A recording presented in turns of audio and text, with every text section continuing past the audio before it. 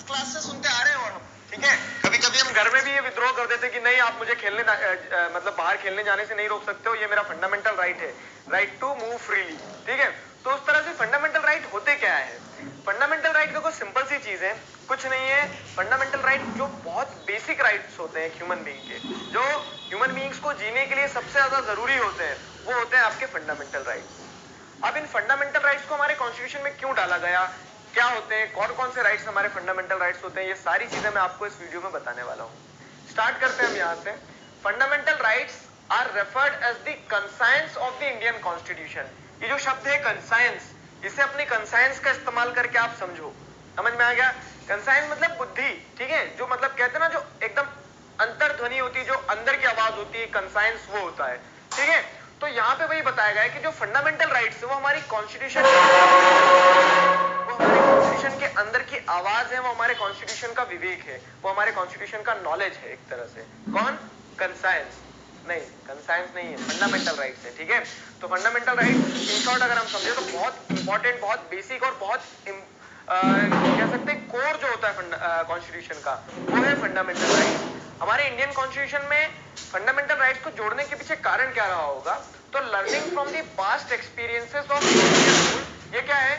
जैसे हम लोगों ने देखा, हम लोगों ने मतलब हमारे कॉन्स्टिट्यूशन मेकर्स ने देखा कि जो हमारा कॉलोनियल रूल के टाइम पीरियड, कॉलोनियल रूल वाला टाइम पीरियड था, उस टाइम पीरियड में हमारे लोगों ने कितना ज्यादा सफर किया था।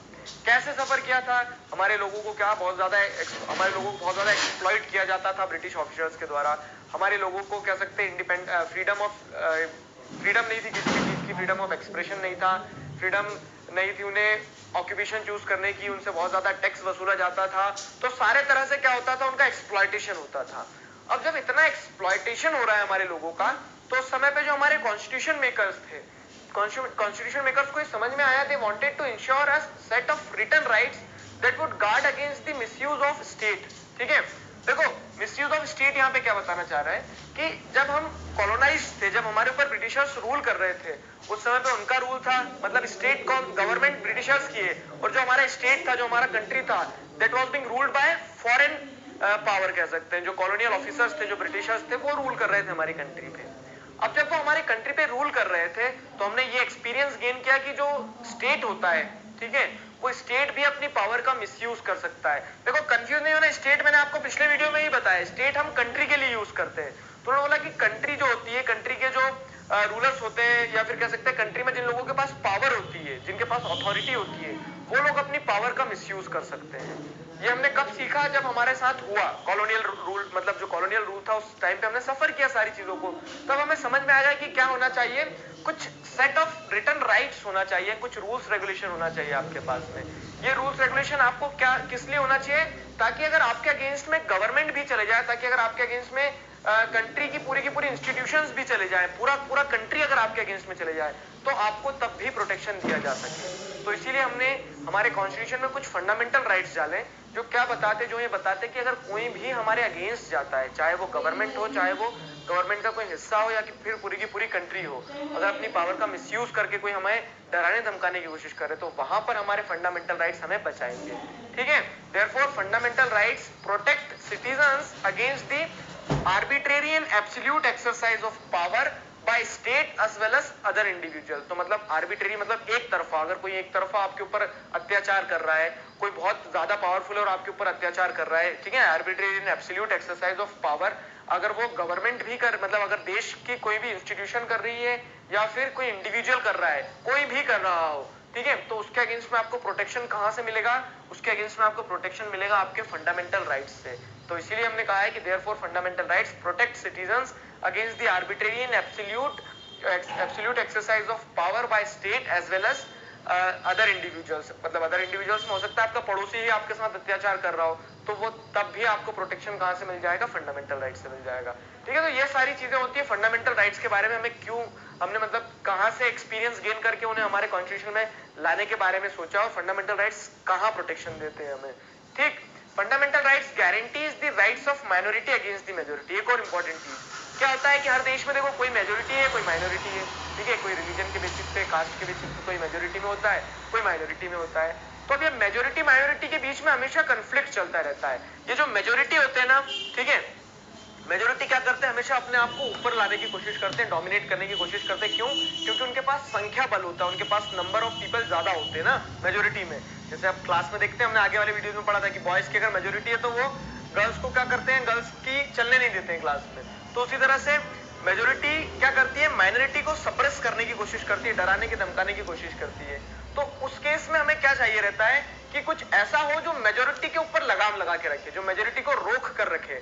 तो मेजोरिटी को रोक कर रखने का काम कौन करता है? मेजोरिटी को रोक के रखने का काम करते हैं फंडामेंटल राइट्स। क्यों? क्योंकि फंडामेंटल राइट्स तो माइनॉरिटीज को भी मिले, मेजोरिटी को भी मिले।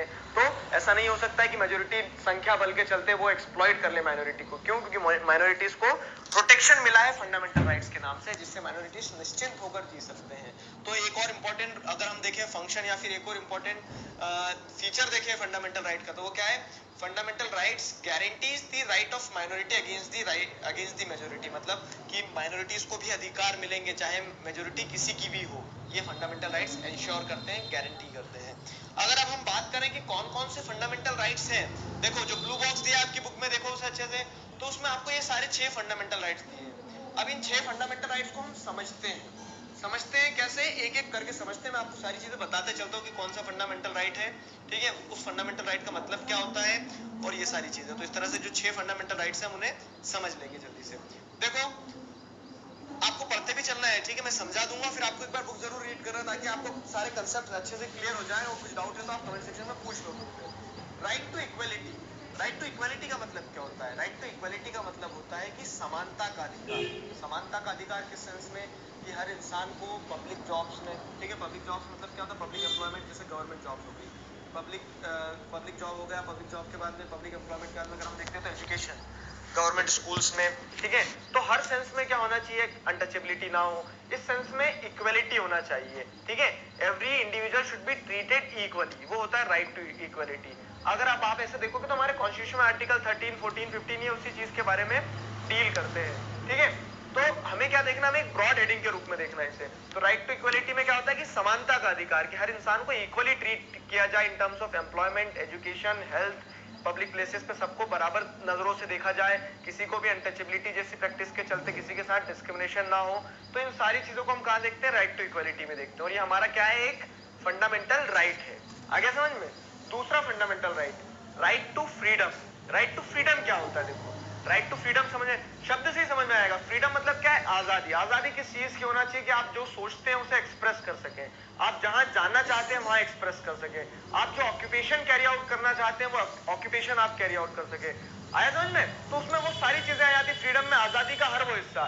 लेकिन आजादी को एक चीज से समझना होगा आपको कि right to freedom should not be exercise in an arbitrary way. मतलब एक तरफा आजादी एंजॉय ना करो आप। जैसे आप बोल रहे हो कि मुझे राइट टू फ्रीडम है, मैं रात में 2 बजे अपने छत पे खड़े हो जाऊंगा और जोर जोर से लाउड स्पीकर में क्या करने वाला हूँ? गाना बजाने वाला हूँ। तो आप क्या कर रहे हो? आप आपकी आजादी को तो प्रैक्टिस कर रहे हो, लेकिन दूसरों की आजादी को क्या कर रहे हो? दूसरों की आजादी, दूसरों को ये आजादी है ना, they have the right to freedom to sleep properly, peacefully. अब आप क्या करो? रात में 2 बजे अगर गाने बजाओगे जोर जोर से, तो उनकी आजादी का क्या हुआ? उनकी फ्रीडम का क्या हुआ? तो राइट टू फ्रीडम को एक्सरसाइज करते समय आपको दूसरों की फ्रीडम को भी कंसीडर करना होगा।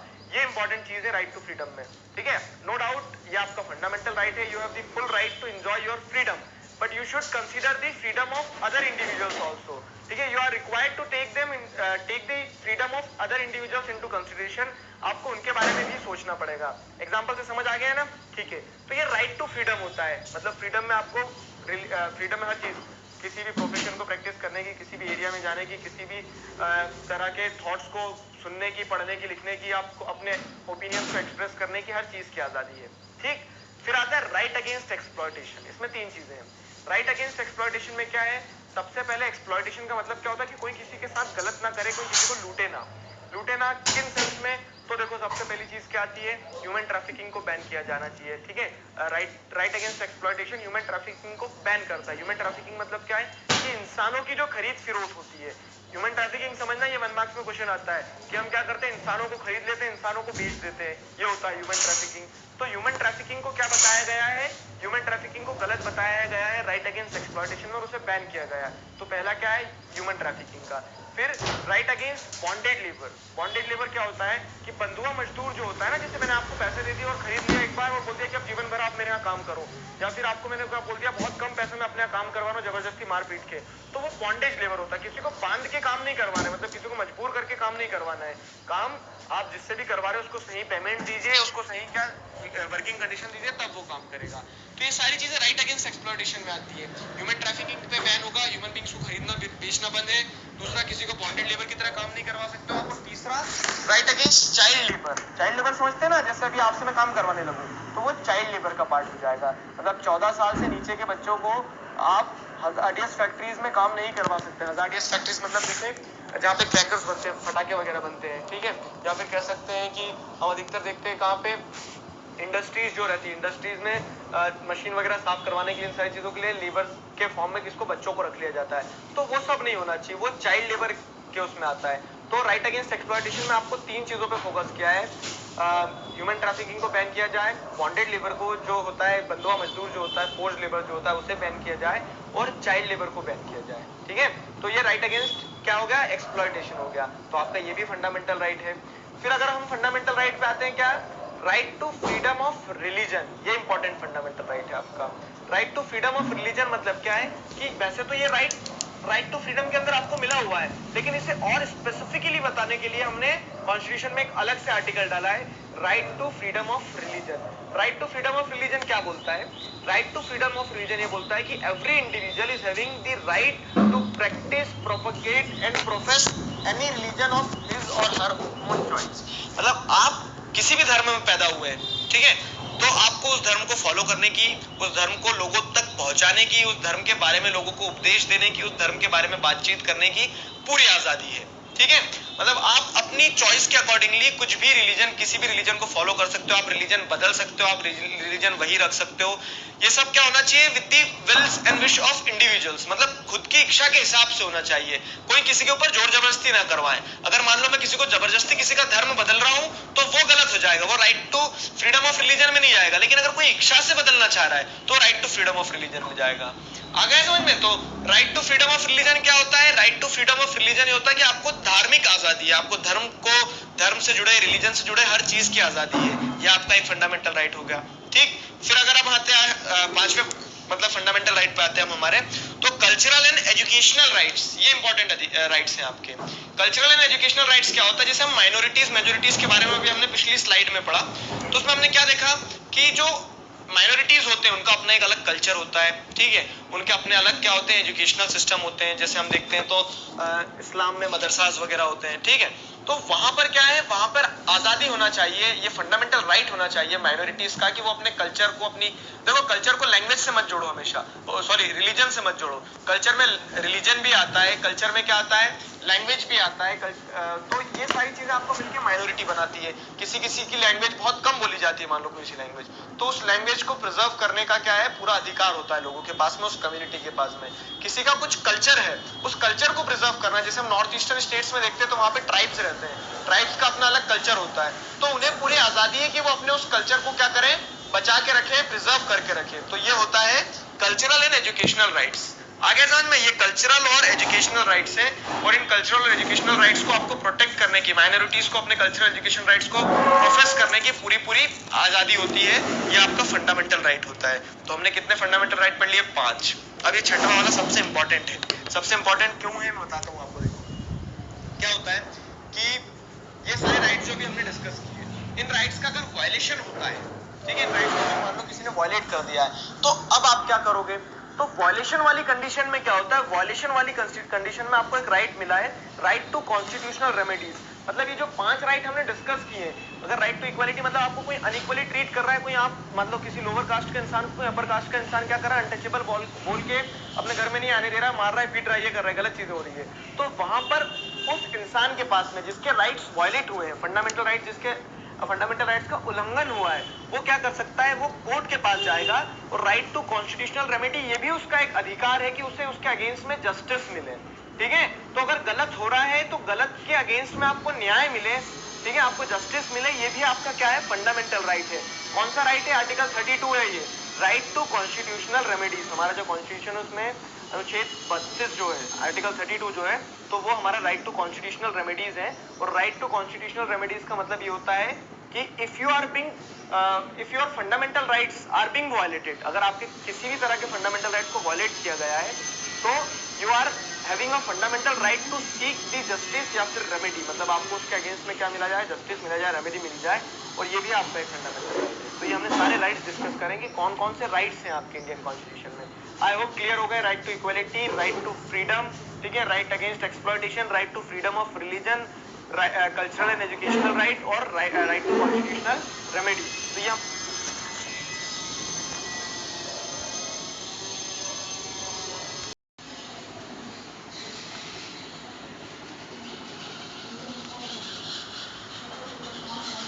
इस वीडियो में हम क्या पढ़ने वाले हैं, इस वीडियो में हम पढ़ेंगे सेक्युलरिज्म के बारे में।